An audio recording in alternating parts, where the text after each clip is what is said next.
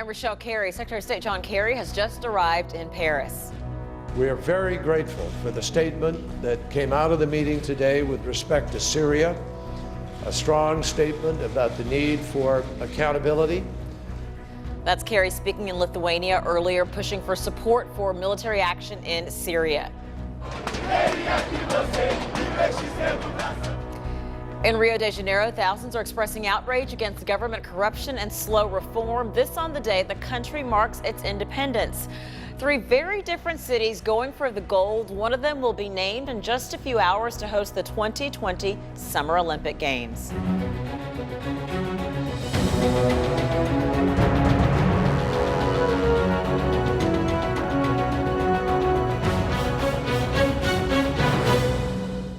Secretary of State John Kerry is in Europe this weekend. His first stop, the capital of Lithuania, where he spoke to members of the European Union. Now he is in France to meet with the French foreign minister.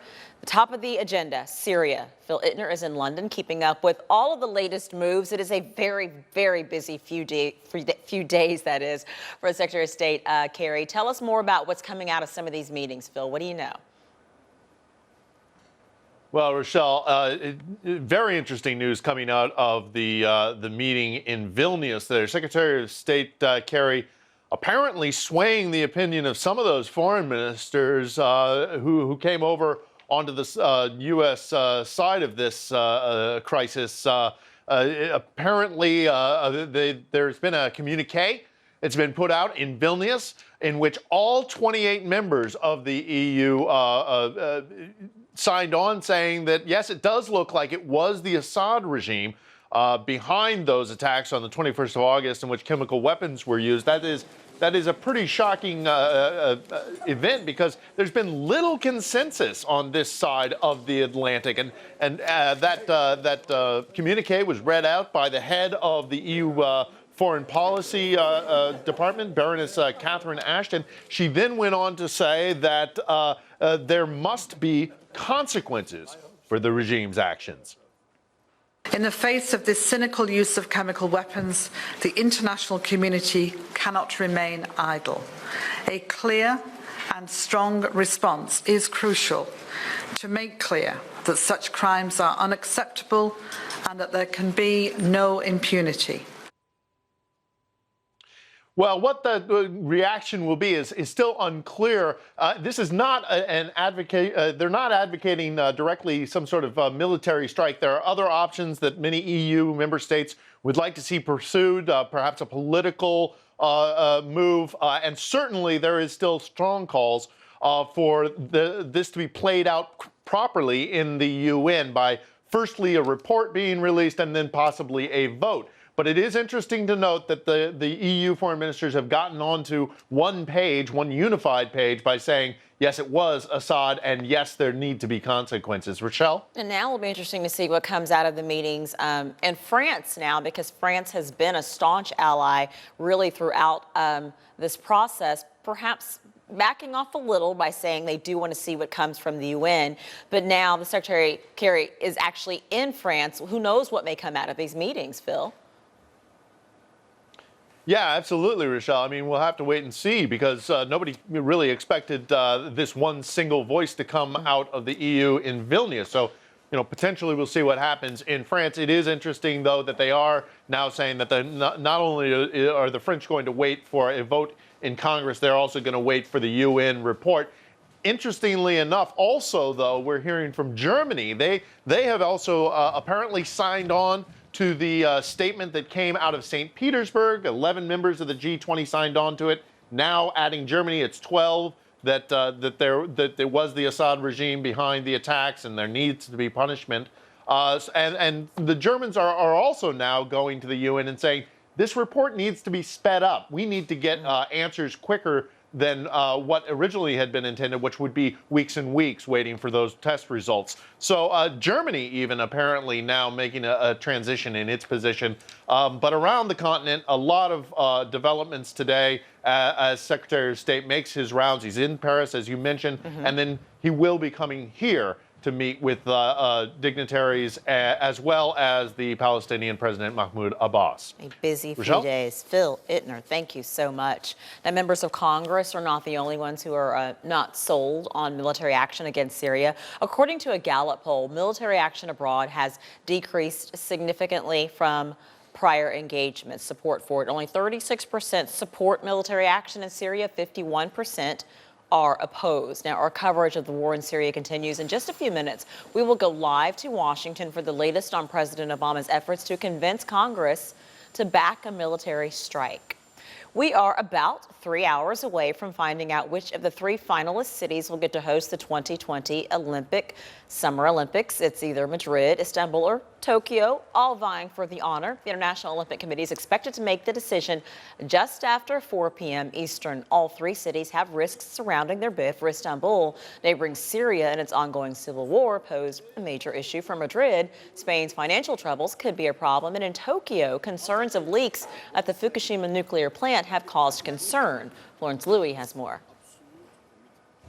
If Tokyo wins, this is where the 2020 Summer Olympics will be centered. The National Stadium, the main sporting arena for the 1964 Games. Then, the Olympics marked Japan's recovery from its defeat in World War II. Now, it's an advanced nation with world-class infrastructure and superior technology. That, plus Tokyo's experience and its reputation for safety, makes it the favorite. But its bid is being overshadowed by what's happening more than 200 kilometers away. The nuclear crisis at the Fukushima Daiichi plant. Damaged by an earthquake and tsunami in 2011, the plant is still unstable and leaking radiation. The Prime Minister has given his assurance that the situation will be under control by 2020.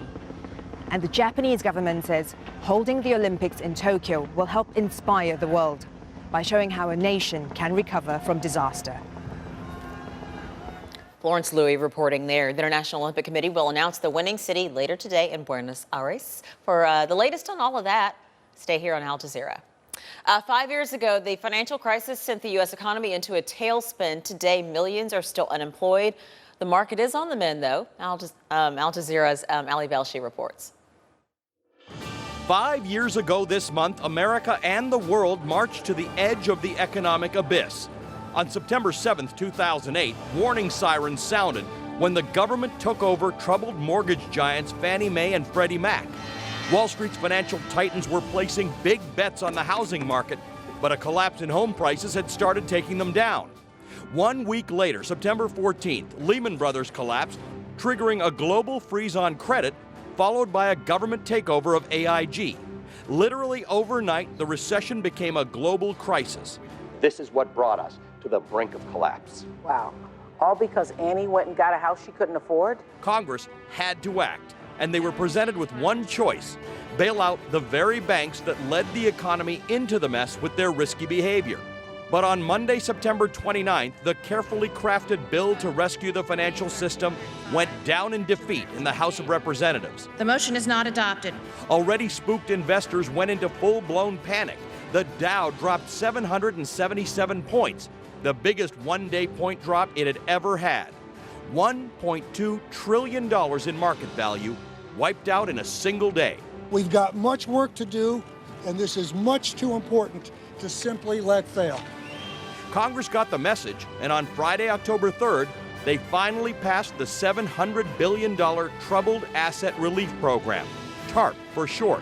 On this vote, the yeas are 263, the nays are 171. The motion is adopted. 5 years later, is America better off than it was then? Yes, because it was that bad. But could it happen again? Ali Velshi.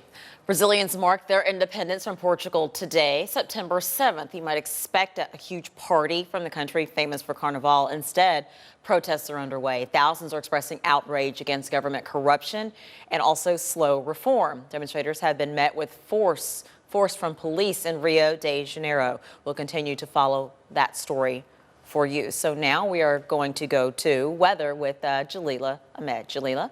Thanks, Rochelle. It's been a very quiet hurricane season across the Atlantic basin, and I'll tell you why. There's been a lot of hindrance to the development of storms, given the fact that there's been a lot of dust in the atmosphere, a lot of dry air pushing in off the coast of Africa. In addition to that, we've been dealing with some strong westerly winds coming in out of the west, and that really has hindered the development of any storms across the Atlantic. We have two areas of interest right now. One really just to the east of the Caribbean.